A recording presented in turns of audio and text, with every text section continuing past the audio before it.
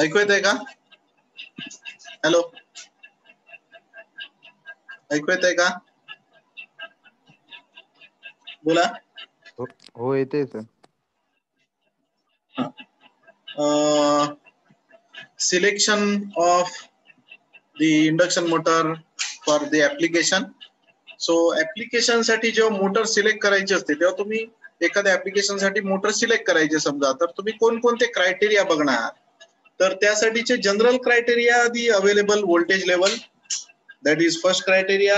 Another is the temperature on which motor which is work, then duty cycle of that motor, the number of times for which the motor starts, then efficiency of the motor, then power factor, losses, efficiency, then type of load for which the motor which is used, and the type of enclosure. So that type of enclosure which depends upon the application. So closed type, open type or semi open type. तर ह्या सगळ्या गोष्टी ज्या आहेत या कशावर depend असतात? तर ऍप्लिकेशनवर डिपेंड असतात. थोडक्यात सांगायचं तुम्हाला तर एखादी मोटर आपल्याला वापरायची आहे, समजा इलेक्ट्रिक ट्रॅक्शन साठी, ट्रेन साठी मोटर वापरायची आहे, मग तुम्हाला काय करावं लागेल? So you have to use the 3 phase induction motor with drive. तर त्याच्यामध्ये काय लागेल तुम्हाला? तर डायरेक्ट टॉर्क कंट्रोल वगैरे अशा मेथड्स वापराव्या लागतील किंवा field oriented control. So with help of those methods you can use the induction motor as a DC series motor. So high starting torque which is obtained using the motor. तर अशा प्रकारे समजा punching साठी तुम्हाला जर एखादी motor वापरायची, so that is nothing but the intermittent loading. Punching म्हणजे किंवा डाय ऍप्लिकेशन आहे. डाय म्हणजे प्रत्येक वेळी हॅमरिंग होत आहे समजा, तर हॅमर साठी एखादी मोटर जोडायची, तर ते ऍप्लिकेशन जे आहे ते कोणत्या टाईपचं आहे? Intermittent loading. So because of intermittent loading the load, as load increases the current increases, and as current increases according to Joule's law the temperature of motor increases. So the rate of increase in temperature which is higher in case of that intermittent loading.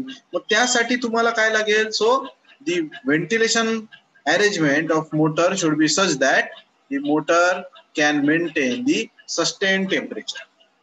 लक्षात घ्या, जर समजा मोटरचं temperature वाढत राहिलं तर काय होणार? It affects on the insulation of the motor, and as insulation temperature increases the life of motor decreases. मग तुम्हाला ह्या सगळ्या गोष्टी विचारात घ्याव्या लागतील. समजा एखादी टेक्सटाईल इंडस्ट्री आहे, टेक्सटाईल इंडस्ट्रीमध्ये आपल्याला ओपन टाईप मोटर वापरता येणार नाही, कारण का ओपन एन्क्लोजर टाईप जर मोटर वापरली तर त्याच्यामध्ये डस्टी एन्व्हायरमेंट आहे टेक्सटाईल म्हणजे, तर ती मोटर काय होईल? त्याच्या बेरिंग ज्या आहेत त्या क्लॉग होतील.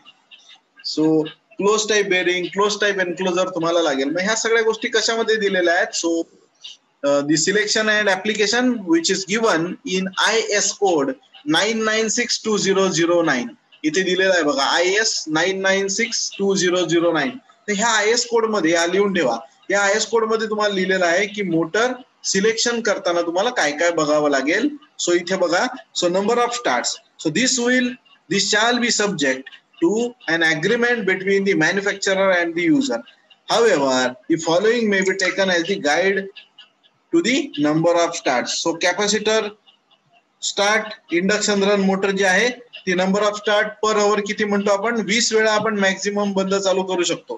तर अशा प्रमाणे कॅपॅसिटर स्टार्ट अँड रन जी मोटर आहे ज्याच्यामध्ये सेंट्रिफ्युगल स्विच नसतो, तर अशी मोटर तुम्ही 60 वेळा बंद चालू करू शकता. Capacitor start induction run motor which can B operate for 20 times per hour. So duration of each start, आता जनरली किती एकदा चालू केल्यानंतर ती मोटर किती वेळ वापरू शकता? तर 3 तास तुम्ही कंटिन्यू वापरू शकता. मग अशा प्रकारे तुम्हाला विचार करावा लागेल की तुमचं ऍप्लिकेशन काय आहे, and according to application you have to select the motor.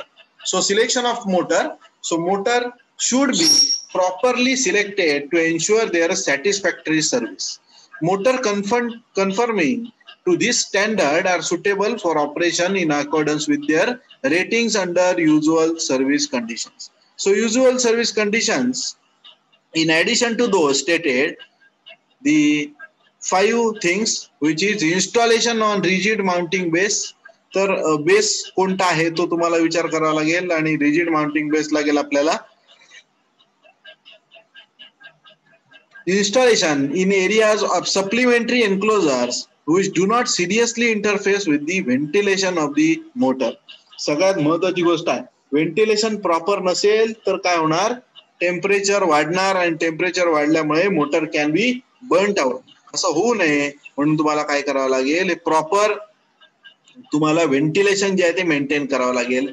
So next is voltage and frequency in accordance with the operation.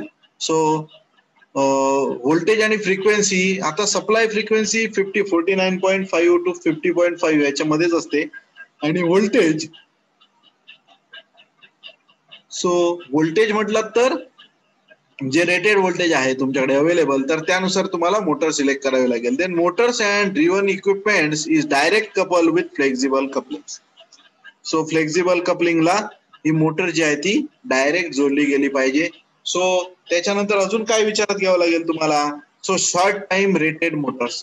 तर unless otherwise agreed upon between the manufacturer and user, the short time rated motors should not be used for any application where driven machine may be left running continuously.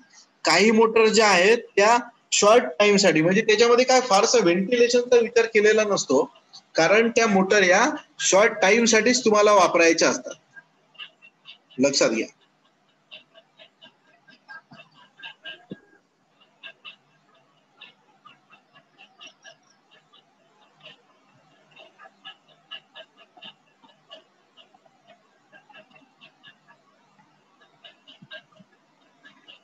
So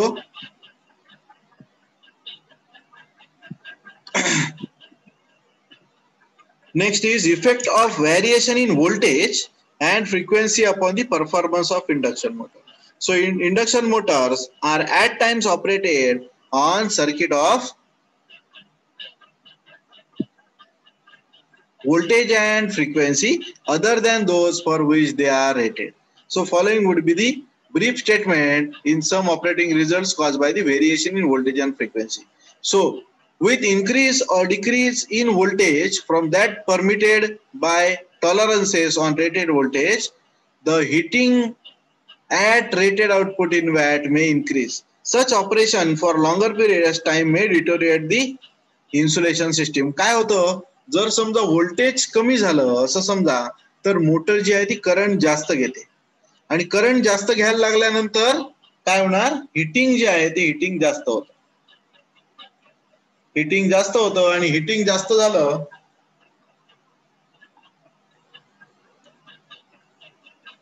heating जास्त झालं okay, की heating जास्त झालं की मोटरचं life कमी होतं. So increase in voltage then rated voltage would usually results lowering of power factor. समजा voltage कमी झालं तर करंट वाढतो आणि काय होतं, इन्सुलेशन वर इफेक्ट होतो हिटिंग मुळे. जर व्होल्टेज वाढलं तर पॉवर फॅक्टर जो आहे तो काय होतो, कमी होतो.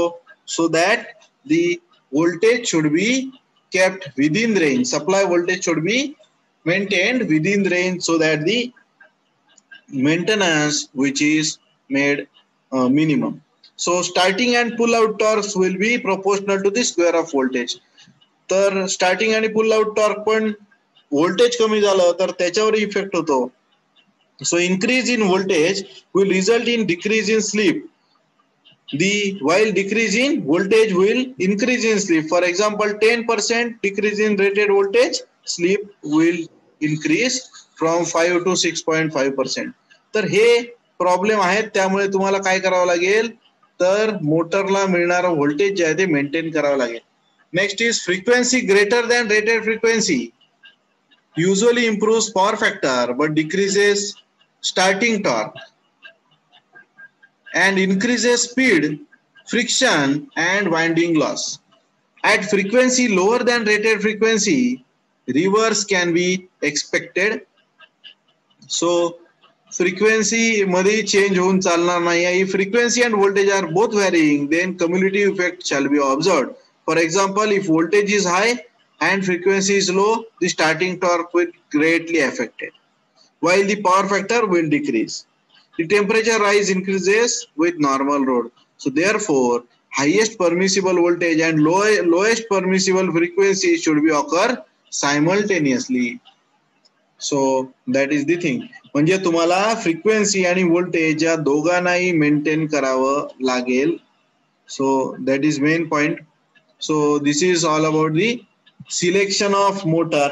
So selection of motor मध्ये क्रायटेरिया पुन्हा एकदा सांगतो तुम्हाला. एक म्हणजे टाइप ऑफ एन्क्लोजर, सो तो तुम्हाला विचार करावा लागेल, right. Then voltage level which is available, then temperature on which motor which is work, then type of duty cycle, type of load, then power factor, losses, efficiency. So those are the parameters on which the selection of motor which is done, which is carried out. लक्षात घ्या, ह्या महत्वाच्या गोष्टी आहेत. किती वेळा तुम्ही motor चालू करता, so that is called as number of starts. तर ह्या सगळ्या गोष्टी तुम्हाला विचारात घ्याव्या लागतील आणि त्यानुसार तुम्हाला मोटर जी आहे ती सिलेक्ट करावी लागेल. Another thing is maintenance of the induction motor. So how the induction motor which is maintained? So for that purpose the IS code used called as IS 900-1992, IS 900-1992. So daily maintenance, examine visually earth connections and motor leads. So रोजचं काय करायचं आहे तुम्हाला, तर earth connection आणि motor lead तुम्हाला check करायचे. Check motor winding for overheating. Permissible maximum temperature is above that which can be comfortably felt by hand. म्हणजे मोटरचं वाइंडिंग जे आहे ते हाताने पण तुम्हाला समजू शकतं. जर ओव्हर हिट होत असेल तर तुम्ही त्या कव्हरला हात पण लावू शकत नाही, एन्क्लोजरला हात पण लावू शकत नाही, एवढं गरम होतं. तर तुम्हाला हे माहित पाहिजे की मोटर किती गरम होते तुमची. सो हाताने पण तुम्ही चेक करू शकता. नॉर्मल पेक्षा जास्त वाटत असेल तर तुम्हाला काय करावं लागेल, you have to do the corrective action like the drying, impregnation, revarnishing etcetera. So in case of oil ring lubricated motors, ज्याच्या काही बेरिंग मध्ये ऑइल घातलेलं असतं, तर त्याच्यासाठी तुम्हाला त्या बेरिंग बघावे लागतात, त्याच्यामध्ये टेम्परेचर ऑफ बेरिंग चेक करावं लागतं. सिंगल फेज मध्ये काय फार एवढं मोठं नसतं. सिंगल फेज मध्ये नॉर्मल वाइंडिंग असतं, नॉर्मल बेरिंग्स असतात, ज्या म्हणजे एका बाजूला बंद किंवा म्हणजे वन साइड क्लोज किंवा टू साइड क्लोज अशा टाइपच्या बेरिंग असतात. तर त्याला ते झेड किंवा डबल झेड असं लिहिलेलं असतं. याचा अर्थ झेड म्हणजे सिंगल साइड बंद आणि डबल झेड म्हणजे डबल साइड, त्याच्या दोन्ही साइड क्लोज असतात, त्याला डबल झेड बेरिंग म्हणतात. सो वीकली मेंटेनन्स, वीकली मध्ये काय काय तुम्हाला करावं लागेल. If the motor which is connected to the pulley with help of belt, then you have to check the belt tension. So if that is excessive, you have to immediately reduce that voltage, tension. So त्या बेरिंगची condition तुम्हाला बघावी लागेल. Actually sound वरून तुम्हाला बेरिंगची condition लगेच समजून येते. आवाज जर बदलला, मोटरचा आवाज बदलला, व्हायब्रेशन्स वाढली, तर याचा अर्थ काय आहे, तर या एक तर कुठेतरी इनबॅलन्स झालेला आहे किंवा बेरिंग वर इफेक्ट झालेला आहे. तर तो तुम्हाला विचारात घ्यावा लागेल. Blow out windings of protected type Motors situated in dusty locations. काही लोकेशन जे आहेत, समजा सिमेंट इंडस्ट्री आहे, त्याच्यामधल्या मोटरमध्ये काय होणार, डस्ट तयार होणार. त्या डस्टमुळे काय होऊ शकतं, तर या मोटरच्या परफॉर्मन्सवर इफेक्ट होतो आणि त्यामुळे ती डस्ट तुम्हाला काय करावी लागेल, काढून टाकावी लागेल. तर हे एक आहे. Examine starting equipment for burn contacts where motor is started and stop frequent. So contact मोटरची बघावी लागतील. So examine oil in case of oil ring lubricated bearing. आता आपल्याकडे ऑइल लुब्रिकेटेड सिंगल फेज मध्ये तर येत नाही, 3 फेज मध्येच येतात. The next is overhaul monthly maintenance. आता आपण बघितला डेली, नंतर वीकली, आता बघतोय आपण मंथली मेंटेनन्स मध्ये कंट्रोलर आपल्याला चेक करावे लागतील. जर कंट्रोलर असेल तर inspect and clean oil circuit breakers. आता हे सिंगल फेजला तर नसतं.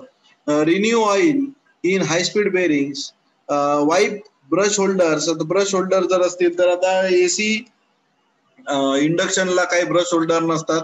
युनिव्हर्सल जर वापरत असाल तर तिथून मात्र तुम्हाला ब्रश असतात. सो हाफ इयरली मध्ये काय मेंटेनन्स करावा लागतो. So clean winding of motors subjected to corrosive or other elements. Also bake and varnish if necessary. So in case of the motors, you have to check the condition of winding. So that is also a thing. And if insulation resistance which is poor, then you have to bake and varnish that core of the winding. So check grease in ball or roller bearings and make it up where necessary, taking care of avoid the overfilling. म्हणजे proper तेवढंच Greece टाकावं लागतं. जर जास्त Greece टाकलं तर काय होतं, ते सेंट्रिफ्युगल फोर्समुळे त्या वाइंडिंग मध्ये जातं आणि वाइंडिंग मध्ये गेल्यानंतर वाइंडिंगची जी काय क्वालिटी आहे ती डिटोरिएट करतं. म्हणून लक्षात ठेवा, जेवढं आवश्यक आहे तेवढंच ग्रीस आपल्याला मोटर मेंटेनन्स करताना लावायचं असतं. So drain all oil bearings, wash with petrol and which a few drops of oil have been added. Flush with lubricating oil and refill with clean oil. तर म्हणजे सिंगल पेज मध्ये generally नसतंच oil कुठे, पण तुम्हाला माहित पाहिजे म्हणून मी सांगितलं. Then annual maintenance. त्या अॅन्युअल मध्ये काय करतात, check all high speed bearings and renew. So 1 वर्षाने तुम्हाला बेरिंग बघायच्या आणि वर्न आउट असतील तर काय करायच्या, रिन्यू करायच्या. Blow out all motor winding थ्रूली with blower. म्हणजे क्लीन ड्राय एअर असणाऱ्या ब्लोअरच्या साह्याने आपल्याला काय करावं लागतं, हे वाइंडिंग जे आहे त्याला काय करावं लागेल, तुम्हाला ब्लो करावं लागेल. त्यातली धूळ जी आहे ती काढून टाकावी लागेल, डस्ट जी आहे ती. नंतर clean and varnish dirty and oily winding. जिथे आवश्यक आहे तिथे तुम्हाला क्लीन करून काय करावं लागेल, वॉर्निशिंग करावं लागेल. Then clean and varnish daily oil and dirty and oily windings. त्याच्यानंतर overall motors which have been subjected to severe operating condition. काही जर प्रॉब्लेम आला असेल तर त्याचं ओव्हरऑलिंग आहे, मग त्याच्यामध्ये अनबॅलन्सिंग येऊ शकतं, शाफ्ट जो आहे तो बेंड होऊ शकतो वगैरे वगैरे. ह्या सगळ्या गोष्टी आपल्याला कराव्या लागतात. Renew switch and fuse contacts if damage. Then renew oil in starters, हे काही नसतं सिंगल फेजला. Check insulation resistance to earth and between phases. म्हणजे तुम्हाला इन्सुलेशन रेजिस्टन्स मोटरचा चेक करावा लागतो आणि इन्सुलेशन रेजिस्टन्स जर प्रॉपर असेल मोटरचा तर तुम्हाला काही अडचण येत नाही. मोटरचं वर्किंग जे आहे किंवा लाईफ जे आहे ते तेवढा इन्क्रीज होतं. Check resistance of earth connection, earth resistance check करावं लागेल. Check air gaps, test the motor overload relays and breakdown. So this is all about the maintenance. So maintenance मध्ये तुम्हाला काय करायचं आहे, तर daily maintenance, weekly maintenance, monthly, half yearly आणि yearly याप्रमाणे तुमचा मेंटेनन्स जो आहे त्याला काय करायचं, डिवाइड करायचं रिक्वायरमेंट प्रमाणे, तुमच्या ऑपरेशन प्रमाणे, बरोबर. आणि तुम्हाला काय करायचं आहे, हे जे आहे ते काय करायचं आहे, तर तुम्हाला जे एक्झिस्टन्स मध्ये आणायचं आहे. So this is all about the selection of induction motor and the maintenance of induction motor. Okay, so with this we conclude our lecture.